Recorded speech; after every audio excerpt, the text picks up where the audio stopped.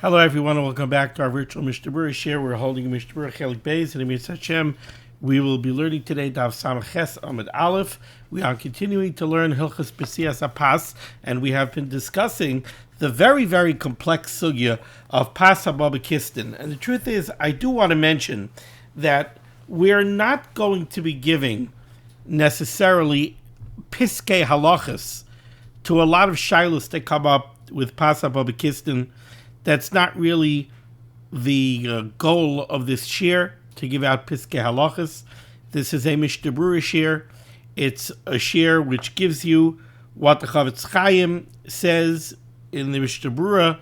The Mishnah Berurah's hachra, how the Chavetz Chaim is machria, sometimes in the Biur Halacha, in the Shar Hatzion, but benegeh to halacha lamaisa, when it comes to something as complex as this sugya, I do encourage everybody that when they have a shaila, they should ask a specific shaila.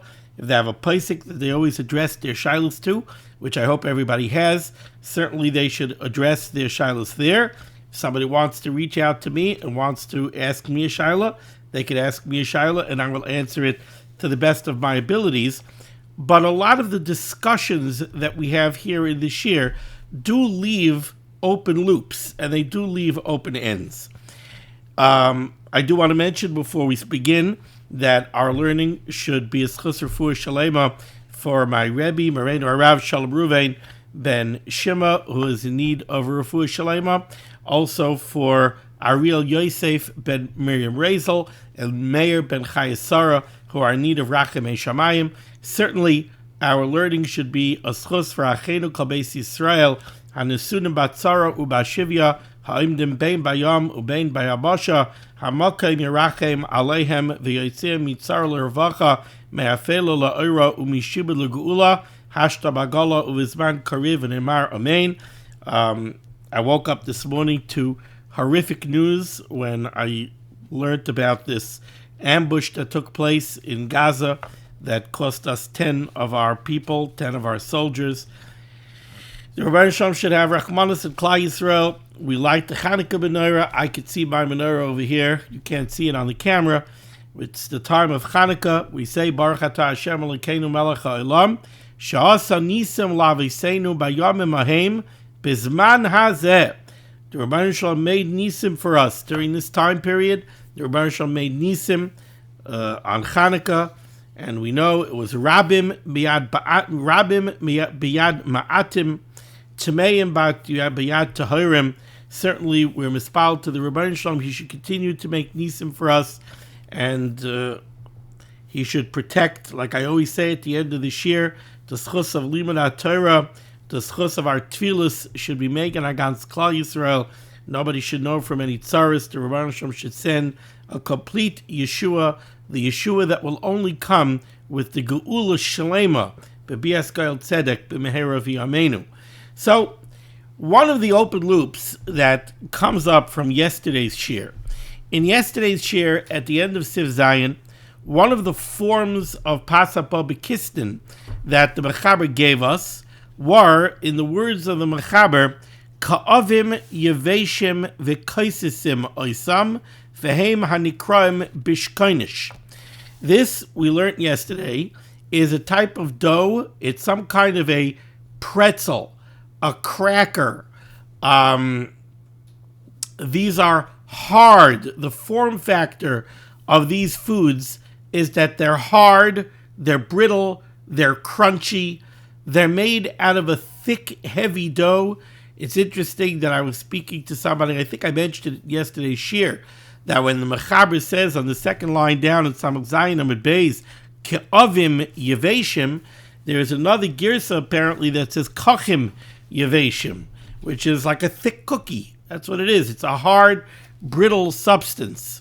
And because of the form factor of these foods, because these are not bread-like, we mentioned pretzels, we mentioned breadsticks, these are hard, brittle items, the form factor makes them not pas, it makes them Pas Haba B'Kistin, on which the bracha, like I keep the terminology I keep on using, is that the bracha is downgraded from a hamoitzi to the bracha of mezainos, and the bracha achrona is downgraded from birkas hamazon to bracha me'achas me'ein shalosh. So some people picked up right away on what seems to be a very obvious question, and that is matzah. How do we make hamoitzi on matzah?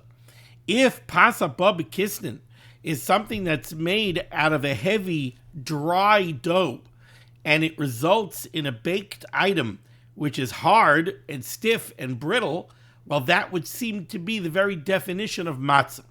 Some people sent in this question. The truth is that the Sfardim make a mezainis on matzah all year round, with the exception of Pesach. Because of this mechaber, the Sfardim paskin like the mechaber, we paskin like the Ramah. Over here you don't really have a machlokes, but the Sfardim follow the mechaber to the letter of the law, and the mechaber says over here that ka'avim yeveshim v'kaisesim aysan, these hard, dry, brittle foods would always be a mezainis because of their form factor. So the Sfardim make a mezainis on matzah all year round. They make a hamoitzi on Pesach because they say that on Pesach, matzah is elevated to lechem. On Pesach, matzah becomes elevated to pas. After all, it's lechem oini. That's the lechem oini. So that's the lechem of Pesach. So it's a very unusual thing. It comes out that you have a food that has one bracha on Pesach, according to the Sfardim, and another bracha all year round. That's according to the Sfardim. Ashkenazim make hamoitzi on matzah all year round. So how do Ashkenazim understand this? So there are various approaches amongst the Poskim. The most common one is that since it has become the derech, let's remember, the driving factor over here is that lechem, pas that you're kaveya suda on, pas that it's the derech to be kaveya suda on, that is something which gets a bracha of hamoitzi because of its chashivus. When the mechaber says that these ka'avim yeveshim v'kaisesim oisam v'hem anikram b'shkainish are pasa ba b'kisnin, and therefore the bracha is mezainos and the nach bracha is al hamichya, but the mechaber does agree that if you are keveya seuda on them, then certainly they're hamoitzi and they're birkas hamazon. Now, matzah became the derech that we are always keveya seuda on matzah. We use matzah as a form of bread. So we, by dint of what we do, what we're accustomed to do, we use matzah as a form of bread. So even though, yes, technically it becomes pasaba b'kistin, according to the definition, this final definition of Sif Zayin in the Mechaber, it is ka'avim yeveshim v'kaisesim oisam, but since the fact is that we use it as a form of bread, and it is the derech to be kaveya seuda on it, therefore it is hamoitzi all year round. Okay, now we have to continue. We're on Samach Ches Amud Aleph on the top line in the Mechaber. We're up to the word v'i, right by the ois cut mem for the Mishnah Berurah. Now we're we're in the middle of Sif Ches over here. And over here in Sif Ches, the Mechaber spoke about two types of what he called lachmaniyos. There was one kind of lachmaniyos, which is a blila ava. It's a type of a lechem that is made out of a thick dough. So it is kind of a bread dough. And we translated this as kind of a lafa, a soft flatbread. It has to be a soft flatbread, not a hard flatbread, because a hard flatbread would be the pasaba b'kistin at the end of Siv Zayin. So the lachmaniyos that are a blila ava, that the Mechaber says is lechem gomor, and the bracha is hamoitzi and birkas hamazon, that's like a lafa. It's made out of a thick dough, but you spread it out and you put it in the oven. Or even there are wraps that you roll out the dough thin and you put it into a dry pan and you make a wrap. So those are lechem gomor. They're made out of a heavy dough. Those are lechem gomor. That is hamoitzi and birkas hamazon. Then the Mechaber spoke about lachmaniyos that are blilasan raka. They have a soft, more liquidy batter. It's a batter that could be poured. Vidakim ma'oid, and they're very thin. Shekorin nivlash. What are those? So when we discussed these yesterday, I don't think I ever used this word yesterday, but this sounds like a crepe or a blintz. This is something which is a blila raka. It's a very soft dough, and you could pour it onto a griddle without oil. You could pour it onto a griddle, and it makes kind of like a wrap, a blintz, but it's very soft and very thin. The way the Mishnah Berurah describes this, it's made out of a lot of flour. It's made out of flour with a lot of water. So it's very liquidy. It's very, very liquidy. And therefore, it's not a dough. It's like a pancake. But I don't want to use the word pancake because pancake has a connotation also that there's maybe a lot of eggs and a lot of oil and a lot of sugar. So there already we're getting involved in some of the other definitions of pasa b'kistin. Now we're talking about a dough that's made with all manner of mine mesika. It has a lot of tavlin, it has a lot of sugar, it has meiperos, it has oil, it has eggs. So over there you're already getting into other definitions of pasa b'kistin as well. I want to stick to the sifches discussion, which is lachmaniyos that are blilasan raka. Lachmaniyos that are blilasan raka could be flour and water, but it's a blila raka. It's a very thin, liquidy batter that you could pour out into a pan or onto a griddle, and it will make some kind of a very soft, thin wrap. So that, the Mishnah Berurah said, is essentially pasa b'kistin. It's a mezainos and a bracha achas mi'ein shalosh, unless you're kaveh sud on it, because it's essentially pasa b'kistin. So like all other pasa b'kistin, if you're kaveh suda, it becomes hamaitzi and berkas hamazon. Now let's go over here to the top line, Samaches Amud Aleph, V'i Achalahu, where we're going to have a fascinating halacha, very fascinating halacha. Says the Mechaber, V'i Achalahu, if you eat them. Now what's the them? What's the object of them over here? V'i Achalahu. Let's take a look at the Mishnah Berurah. Take a look at the Mishnah Berurah's cut men. V'i Achalahu, Pirish. What do we mean if you eat them? What's the them? Pirish, lahani rakin vidakin. Let's say the lachmaniyos that we just came off of, the ones that are blila raka, the ones that have a soft, liquidy batter, which we said is essentially pasa b'kistin. Their berchasai is berchas mezainos, and the bracha achrona is bracha achas me'ein shalosh. Why? Because these are very thin and very soft. So it's not a kind of a pas that you would be kaveh suda on. So this is something which is essentially pasa b'kistin. Now the Mechaber is saying a new halacha, and he's saying v'i achalahu, if you eat those lachmaniyos that are blila raka, but not only the lachmaniyos that are blila raka. Continues the Mishnah Berurah over here, nice cut mem. V'hu adin l'chol pasa b'kistin amuvuarim b'siv zayin. Or if you eat any of the other types of pasa b'kistin that we discussed in Siv Zayin. So you're eating a knish, you're eating a dough with a pie filling, or you're eating a cake. You're eating something that is a dough that's made with all sorts of mine mesika and tavlin, where you put in a lot of sugar, a lot of oil. So the taste of the additives is very nicker in the dough. Or you ate these ka'avim yeveshim. You ate something that's very thick and very dry. You ate cookies or you ate pretzels. And we'll get to that in a minute. Now let's go back to the Mechaber.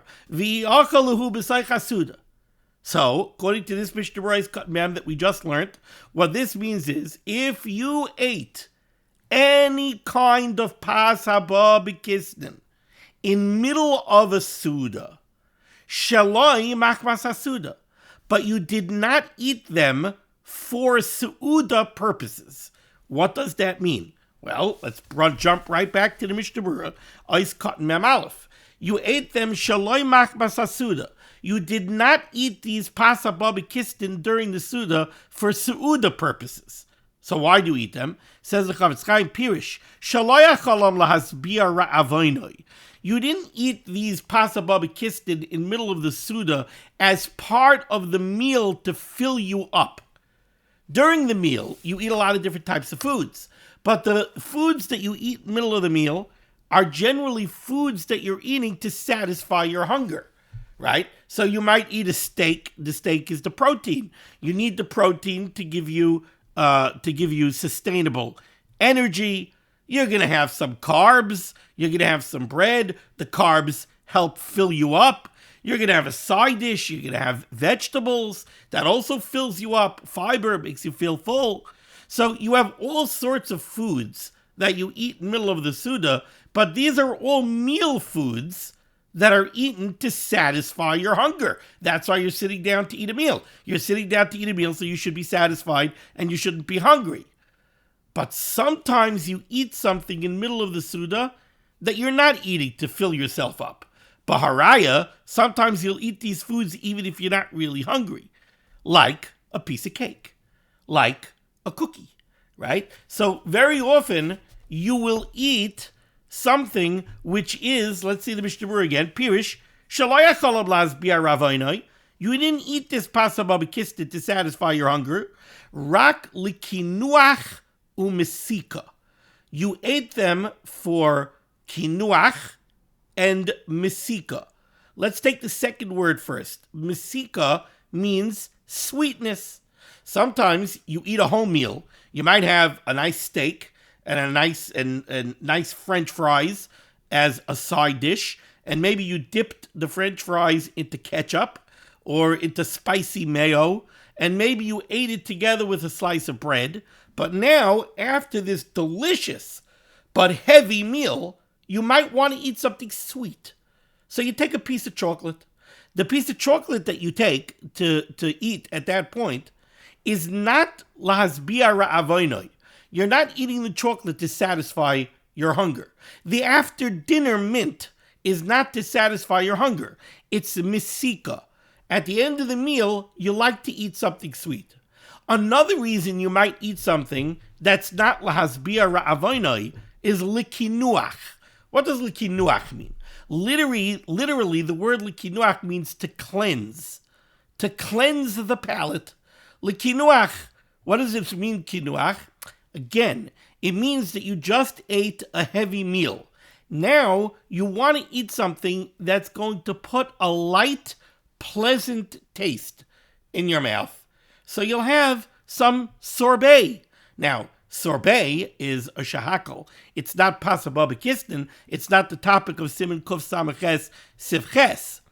But sometimes you'll eat pasa babikistin for the same reason. For dessert, they'll bring you a delicious chocolate souffle.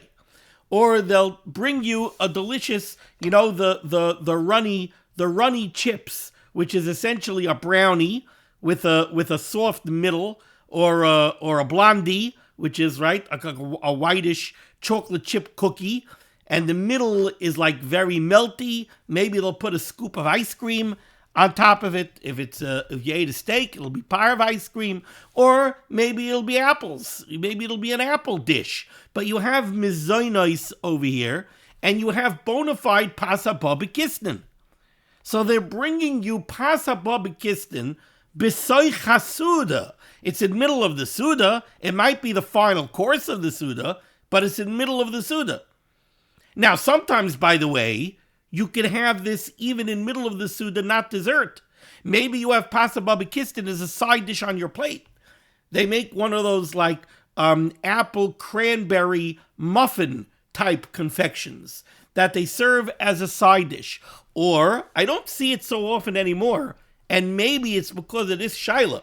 It used to be pretty common that by a chasana, they would give you a piece of apple strudel as a side dish. Now, that apple strudel is a bona fide 100% pasa babikistin. What is it? It's a dough that's filled with mine peiros, and even that dough is a dough usually that's not just a flour and water dough. It's a dough that has sugar in it, and it has oil in it, and maybe it has eggs in it.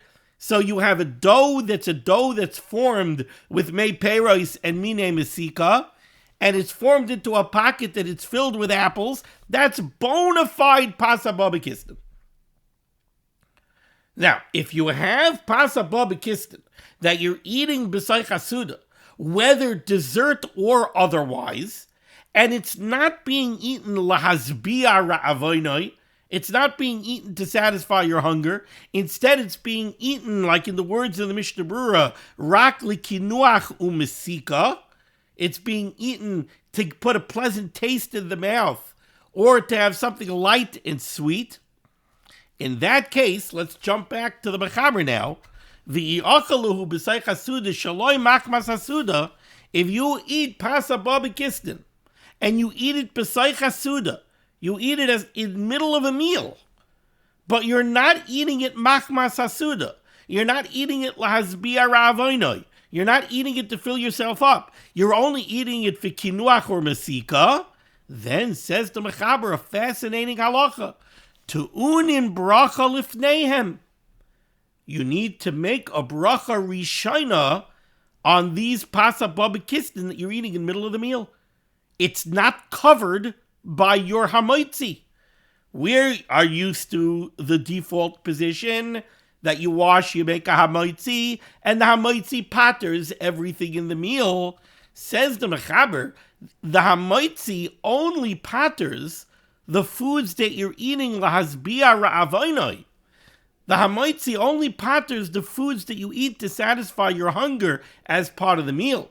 But foods that you eat for kinuach or mine mesika, foods that you eat not machmas hasuda, not part of the meal to fill you up, but you eat them only to get a nice taste or something else, that's not pattered by the hamaitzi. So you need a bracha rishayna. What bracha rishayna are you going to make? Well, it's pasa babakistan.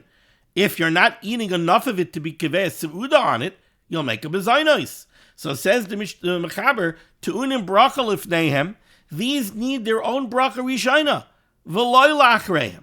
But they do not need a bracha achrayna. They are covered by birkas hamazon. So, again, to wrap up this very interesting halacha, says the Mechaber, if you eat pasa babakistan in middle of a meal, or as part of dessert, if you eat pasa babakistan, that's something which is not being eaten machmas hasuda. You're not eating it to fill yourself up as part of the meal. You're eating it for a zaitika reason. You're eating it for mesika. You're eating it for kinuach. Hamaitzi doesn't cover such foods. And therefore, says the Mechaber, you need a separate bracha rishayna. You're dealing with pasa babakistan, that would mean you need a mezainos. Let's break over here, and let's go back to the Mishnah Berurah. I'm going to start again from the Mishnah Berurah, Ois Kat Mem Aleph, because we read some of it, but we didn't read the whole thing. Shaloi machmas hasuda, you're eating these foods not for meal purposes. Pirush, what that means is, Shaloi achalom lahazbia ra'avoinoi, you didn't eat these foods to satisfy your hunger. Rak likinuach u'mesika, you ate them to clean out your mouth, to put a pleasant aftertaste in your mouth, u'mesika, to have something sweet. Di'ilu achalom lamale ra'avoinoi, if you are eating it to satisfy your hunger, afilu le'acholam rak ma'at, then even if you don't eat enough to be kaveh suda, even if you only eat a little bit of it, heim bechlal suda, then it is part of the suda, ve'in tzarich bracha, then it doesn't need a bracha rishayna, it's being eaten mamish as part of the meal. You eat a piece of lakshen kugel as part of the meal, right? That's a suda food. You're eating it lahazbia ravainoi, so that's definitely covered by the brachas hamaitzi. You don't have to make a separate bracha rishayna. But other types of pasa babakistan that are not ba machmas hasuda, they're mamish pasa babakistan that are eaten only for mesika, a piece of chocolate cake, a piece of apple pie at the end of the meal. These things are only eaten for mesika, for kinuach. They're not eating lahasbir ravoinoi. At least that in the world of the Mishnah Berurah, this is what the Mishnah Berurah would say. Therefore, says the Mechaber, is cut membeis to unim bracha. The Mechaber said they need a separate bracha rishayna. Why? So he spells it out. The Chavetz Chaim. The kaven de eina oichel zel l'shem suda, because since you're not eating this food for suda purposes, loy niftar beberchas hamaitzi. It wasn't pattered by the bracha of hamaitzi. V'im oichel harbe kishir kvias suda hamavur b'sivav. But let's say you eat enough of the pasa babi kistin that you eat the automatic shear of kvias suda. If you eat enough that your mamish being kvias suda, you're eating dalet bayim, you're eating 4 eggs volume of this pasa babi kistin, then afilu achalo l'mesika ba'alma, then in a chirami, even if you only eat it for mesika, you didn't eat it for suda purposes, niftar beberkas hamaitzi. Then it is pattered by the hamaitzi. Why? Because if you would eat that amount of pasa babi kistin, not in the middle of a suda, what bracha would you have to make? Hamaitzi. So then in the middle of the suda, it's pattered by the hamaitzi. This is a little bit complicated and a little bit counterintuitive. What the Mishnah Berurah just said, let me explain it to you outside. So again, the halacha Mechaber is telling me over here is, realize, when you make a hamaitzi, you think you pattered everything that you're going to eat during the suda. Says the Mechaber, not so.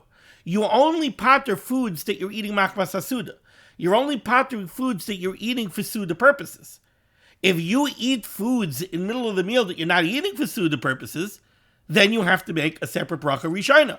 So, b'nageya to the halachas that we're learning here, if you eat pasa babi kistin in the middle of a suda, and you eat less of them than the automatic shear of kvias suda, so you eat 2 bayim worth of pasa babi kistin in the middle of a suda, and you're not eating them lahasbir ravoinoi. You're not eating it to satisfy your hunger. You're eating it for mesika. You're eating it because it's sweet. You're eating it for kinuach, to give you a pleasant taste. Then, says the Mechaber, it wasn't covered by hamaitzi. Since it wasn't covered by hamaitzi, you have to make a mezainis. Okay, fine. I can understand that.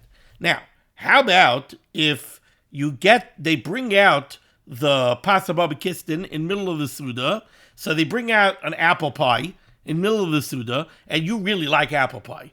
So you decide to chow down on apple pie. And when you eat the apple pie, you eat dalet bayim, hey bayim, vav bayim, worth of dough of the apple pie. Well, in that case, you will kivei suda on the apple pie. And let's pretend you're not in the middle of a suda. Let's pretend you sat down at 4 o'clock in the afternoon to have a snack of apple pie. If you kivei suda on the pasa babi kistin of the apple pie, you have to make hamaitzi. So now you ate it during a suda. Well, at the beginning of this suda, you made a hamaitzi. Now you ate enough apple pie that it needs hamaitzi. What, you should make another hamaitzi? No. Then automatically it's covered by the hamaitzi you made, even though you're not eating it machmas hasuda. But since its bracha is hamaitzi, it's covered by the hamaitzi that you made in the beginning of the meal, even though you're not eating it machmas hasuda. You see, that's the interesting thing. The whole problem over here is that you're eating pasa babi kistin shaloi machmas hasuda, and therefore you have to make a separate mezainis. But if you ate enough of the pasa babi kistin that it requires a hamaitzi, then even though you ate it shaloi machmas hasuda, it's covered by the hamaitzi. Why? Because its bracha is hamaitzi. If its bracha is hamaitzi, and you made a hamaitzi, the hamaitzi is going to cover it. Okay. Aiskan mem gimel. So the Mechaber says you need a bracha lifneihem. Says the Mishnah Berurah, v'chol zeh b'inyanei pas. We're talking over here about pasa babi kistin. Alva b'inyanei maisei kedera sheba'in lamazayin u'latavshil. But let's say you have a grain product that you're eating in the middle of the meal that is for mazayin and for tavshil. It's a cooked dish that you do eat machmas hasuda. So you have a chveis. I'm trying to think of the right kind of food that this would be negated to. Oatmeal. You sat down to eat breakfast in the morning, and you're having a slice of bread. so you washed on a slice of bread, and you're having a hard-boiled egg, and you're having some oatmeal. Oatmeal is not pasabah b'kisnin that you eat shaloi machmas hasuda. Oatmeal is a cooked grain dish that you do eat for mazain and machmas hasuda. That you're mamish eating to fill yourself up. Tamin machmas hasuda heim b'ayim, that is something that is always eaten machmas hasuda, kamavur b'simen kofayin zayin sif aleph. Va'afilu heim mimuloim b'peiros, even if you're going to fill it up with blueberries, kais that you're carrying apple plodin, v'chadoime, ha'peri nasa tavshel toicha mulyasa. This is a fruit that's added to the grain dish. The kimcha ikr, the grain, the flour is considered the ikr. Va'peri batal lagabayu, and the fruit is bottled to the kemach. Ve'ein lahachmer v'likach ktsas tapuchim mitoicham. Don't think that you're going to be a wise guy and you want to be machmer, so you want to pick out some pieces of apple and make a bracha on the apple. Or levarich b'rei pri'eh, instead of a bracha of HaTorah. If you would do that, that would be a bracha of HaTorah. Okay, now let's finish off the sif. Second line down, a little bit before the middle of the line, the word avol in the mechaber. Now, the mechaber says another halacha in pasabah b'kisnin that, to my mind, is a little bit funny because it doesn't seem to flow naturally from the halacha that came before it. But be that as it may, I'm mispal that I'm understanding it properly. I believe I am. Says the mechaber, aval oisam rikikim dakim. If you have thin wafers, okay, rikikim dakim right away is pasabah b'kisnin. That's a dough that's very thin and it's brittle. It's like a wafer, so it's pasabah b'kisnin. Virtue of Siv Zayin. Avaloisem rikikim dakim. Shenoisnim merkachas aleihem. And now you take this cracker or this wafer and you put a schmear on it. You put some jam. You put some jelly. You put some peanut butter onto the cracker. Heim tfeilim legabe amerkachas. They become bottled to the spread. They're bottled to the spread that you put on them, and therefore, uberkas hamerkachas poitrasam. The bracha that you make on the spread patters the wafer. Now, don't get all excited over here and think that what we just said is, if you take some snacker crackers or saltine crackers and you put peanut butter on them, you make a shahakal on the peanut butter and you patter the cookie. That's not what this means. And we're going to see that in the Mishnah Berurah. The Mishnah Berurah is going to tell us that that's not what it means. What we seem to be talking over here by these rikikim dakim, these are not flavored. These are unflavored crackers. They're not sweet crackers. They're not salty crackers. These are unflavored rikikim, and the only point of them is to be used as a holder. It's essentially a spoon. You want to eat strawberry jam. But how are you going to eat the strawberry jam? You're going to get your hands dirty. The way you eat the strawberry jam is you take this very unflavored, thin wafer, and you spread strawberry jam on it, and you eat the strawberry jam via the wafer. In that case, says the mechaber, you know what? In that case, the wafer, even though it's minei dagon, even though it's made out of grain and it's a mezainis, and it's always a big chiddush to say that minei dagon should be a tuffle, but over here it's clearly a tuffle to the ikr of the strawberry jam. You don't even want to eat the rakik. You don't even want to eat this wafer. You want to eat strawberry jam. You need a method to eat the strawberry jam. The method is to smear it on this otherwise tasteless cracker. So the tasteless cracker is a tuffle. The ikr is the strawberry jam. You make the bracha on the strawberry jam. If it's a shahakal, it's a shahakal. If it's a b'rei pri'eh, if it's thick, it has actual pieces of fruit. But whatever the bracha on the strawberry jam is, you make the bracha on the strawberry jam and you patter the wafer, and you do not have to make a mezainis on the wafer. Says the Mishnah Berurah is cut memdal. Avol. Says the Mishnah Berurah, Kayal ikr din pasabah b'kisnin. With this phrase, the mechaber is telling you another halacha of pasabah b'kisnin. The Kamash Malon, and what the Mechaber is trying to teach you is, this rokik, dak, this thin cracker, is not Pasa Babakistan. Pasa Babakistan, we said you have to make a mezainos and you have to make an alamichya. But this thin wafer that you spread jam on or spread peanut butter on, this is not Pasa Babakistan. It doesn't get a mezainos. As a matter of fact, it doesn't get any brach at all. You make the bracha on the spread and you pater the wafer with the bracha on the spread. Dein mevarchin bazeh ala isa klal, says the Chavetz Chaim. Over here, you're not going to make a bracha on the dough at all. Mishum devet tfeila lemerkakas. Because in this case, the isa, the cracker, is actually a tuffle to the spread. And you pater with the bracha on the spread. Ice cut memhei, heim tfeilim. The cracker is a tuffle. Dein miskavden lechel rekikin.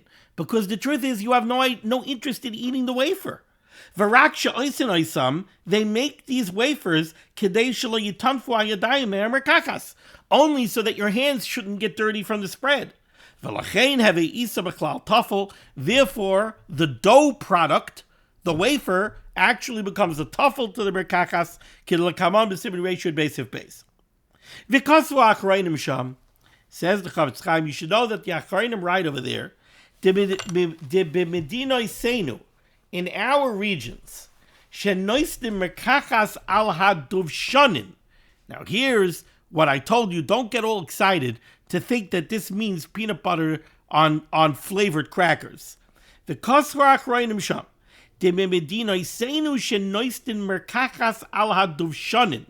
where we take a merkachas, we take a spread, let's say peanut butter or jelly, and we put it on duvshanin. What are duvshanin? You see the word dvash in duvshanin. These are sweet cookies. Shenoistin merkakas ala duvshanin, shekarin lekach plodin, shetoivim ha duvshanin lamaikal ba'atzman, where the duvshanim are sweet cookies that are foods in of themselves.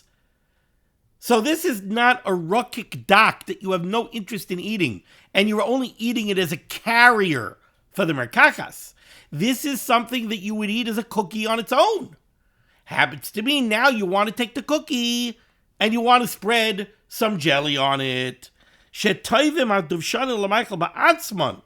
Cain, if so, in that case, if you take the flavored cookie and you spread strawberry jam on it, now I can't say that you only are using the cookie as a carrier for the jam. No, the cookie is a choshev a Michael in of itself. It's a mine dogon. It's a grain-based food item that is eaten for tam. It has its own flavor. It has its own tam. It's a mine dogon that you would eat on its own. That can't become a tuffle to the merkachas. Im ken kavanasam gabish v'lakilas adivshanin umemela heim ha'ikr, and therefore they become an ikr in their own right. They become an ikr in their own right.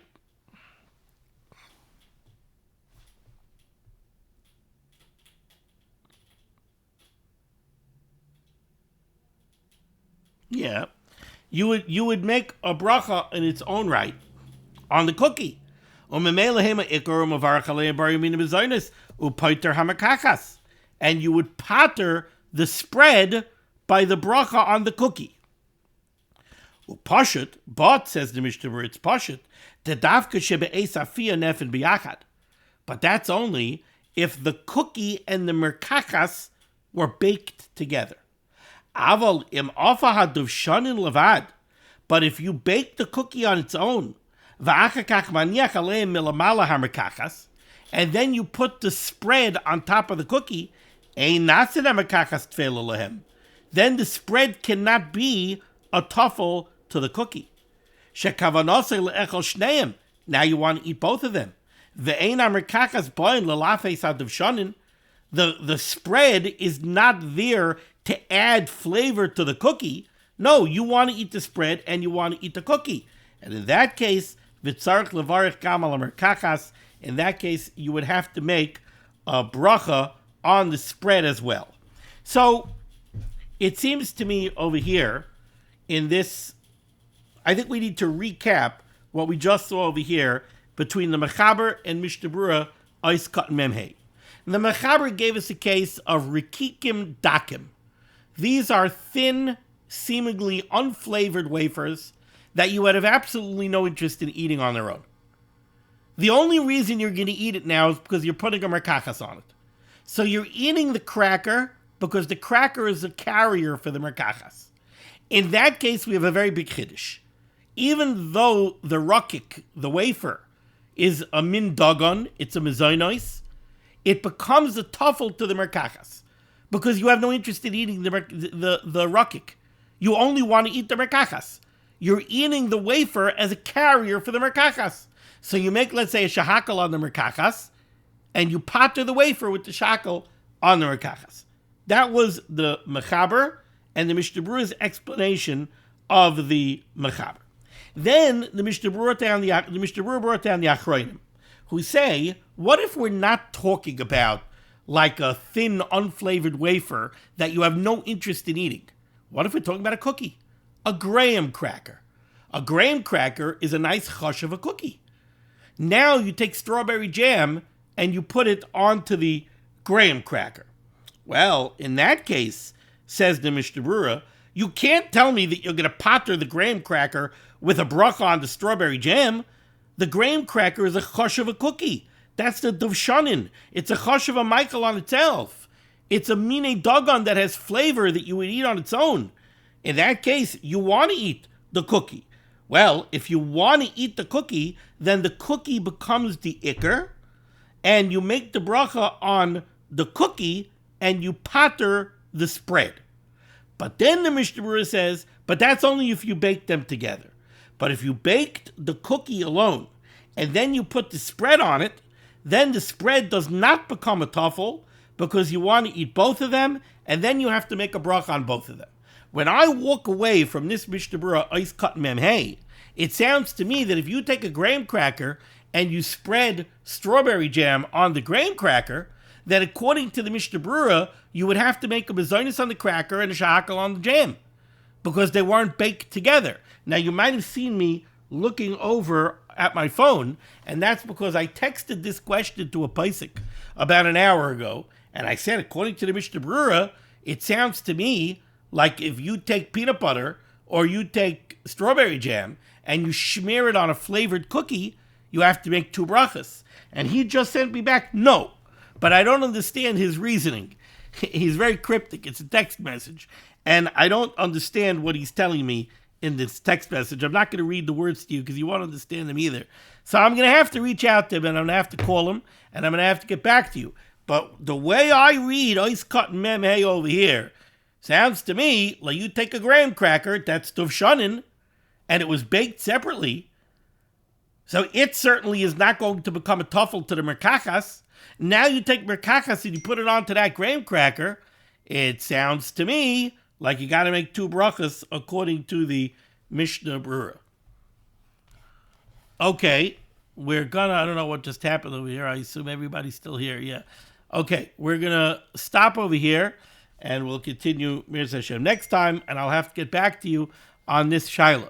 Thank you so much for joining me for limud HaTorah. This listen to limud HaTorah should be making against Klal Yisrael. The Rosh Hashanah said, Yeshua Sefurus Panas should do him to all those in need. And again, Achenu Kol Beis Yisrael and the student Batzara Bashivya Ha'imdim Bein Bayam U'Bein Bayabasha Amakim Yerachem Aleihem V'Yitzim Yitzar L'Ravacha Me'Afelu La'Oiro Mishibi L'Geula Hashta Bagala Zman Kariv V'Neimar Amen Afreil Chanukah. Be well.